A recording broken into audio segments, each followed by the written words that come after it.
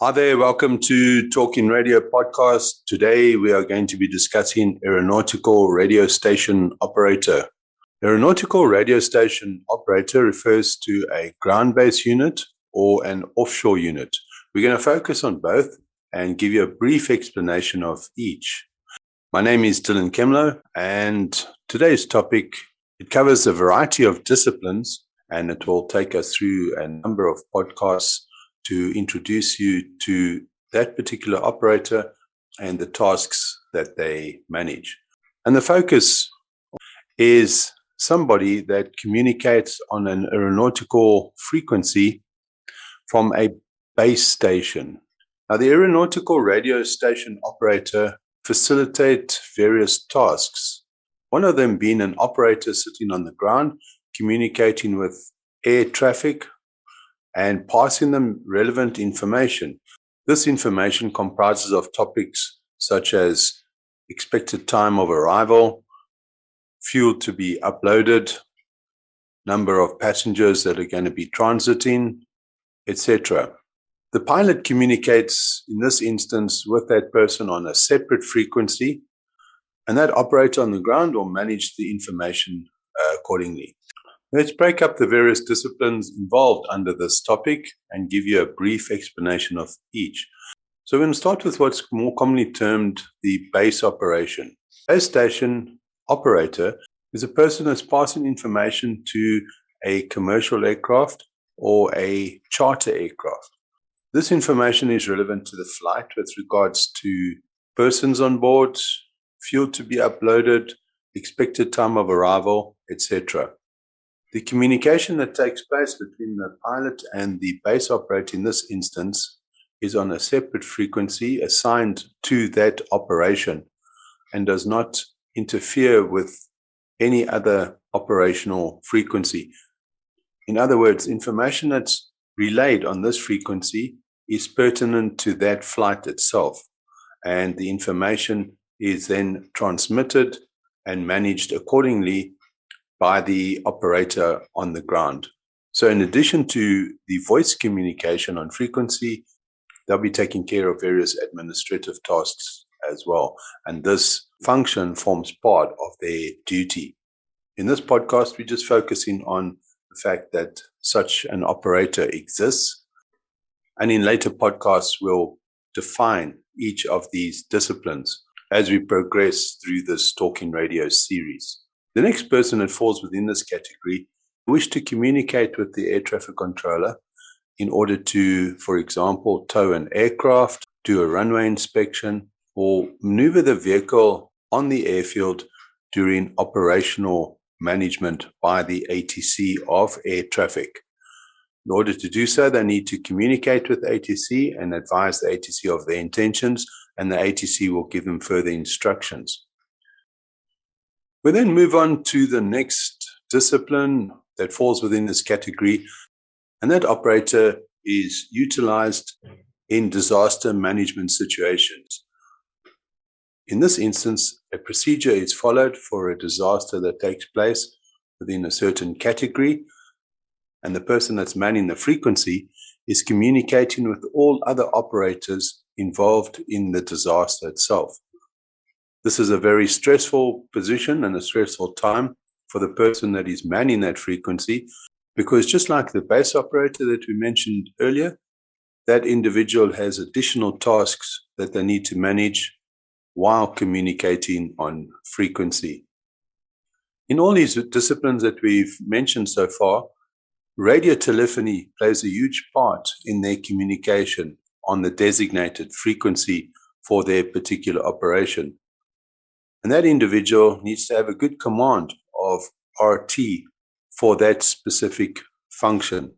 Now, the person that's designated to manage base operations will not readily be able to facilitate the position of that person that's managing the disaster role, for example, as the radio telephony used for each of these disciplines is not always the same.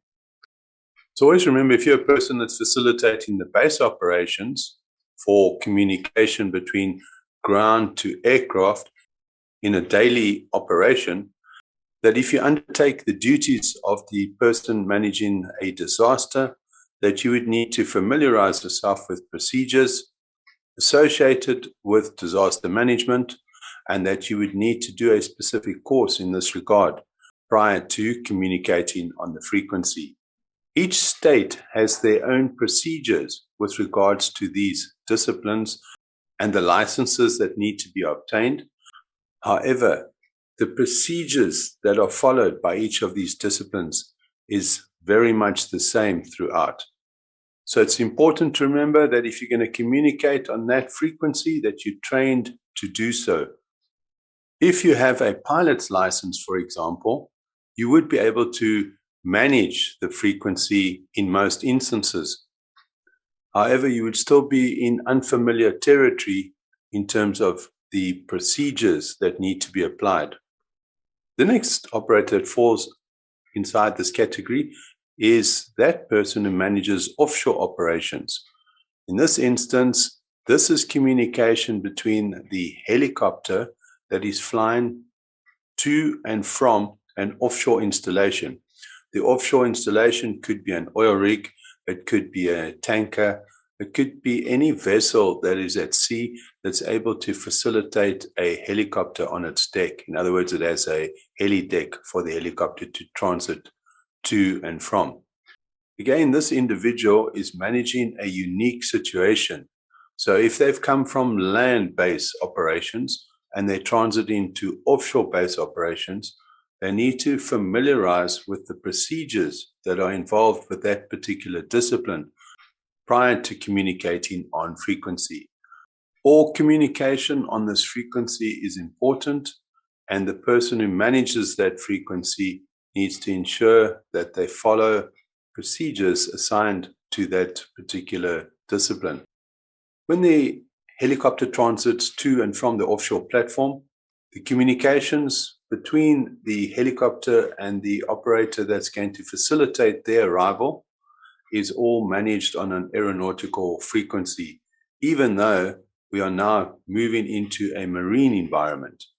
So if you hold a marine radio license, for example, and you are going to be communicating on an aeronautical frequency, then you need to be in possession of an aeronautical radio station license for that particular function.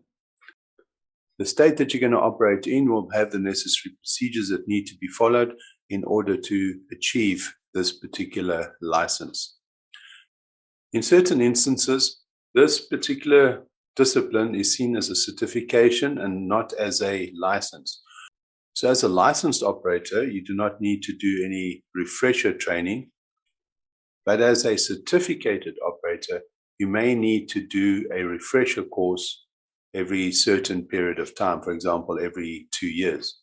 This information would be recorded within the regulatory body for that state concerned. Being an aeronautical radio station operator in any one of these categories gives you the opportunity to manage a frequency and allows you to facilitate a role that forms part of the overall operation. It is your duty to ensure that your radio is serviced, that you do the relevant radio checks before taking over the watch, and that you follow the particular procedures which include the radio telephony as assigned for that particular discipline. What's important to remember with regards to the frequency that you're working on as the aeronautical station operator for that particular function that you are fulfilling is that you cannot communicate on any other frequency without the relevant permission. So take, for example, the aeronautical radio station operator working on the ground, communicating with the aircraft that's part of their commercial operation at the same time that the air traffic controller is managing that aircraft.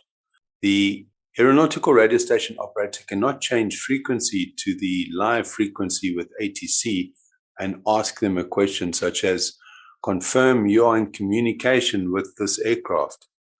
They can telephone the ATC and ask them that very same question, but the license and certification which authorizes them to communicate with the aircraft on that particular frequency has limitations. So in terms of your duties when fulfilling any of these roles that we've mentioned today, make sure that you comply with the relevant procedures that are associated with it. We also mentioned earlier that we have a mobile aeronautical radio station operator, and that person would be on the ground, for example, in a mobile unit, communicating in instances such as managing a disaster situation, or it could also be an operator that's facilitating drone or commercial drone operation, doing their tasks that they're fulfilling in a remote location or area, where monitoring functions and procedures need to be maintained during the operation itself. The person managing the mobile unit, in the case of the drone, will also have additional tasks and duties while facilitating the commercial drone operation. That person could also be monitoring the position of the drone through satellite technology while communicating with the pilot of the drone itself. And their job would be to ensure the safety of the drone during their flight operations.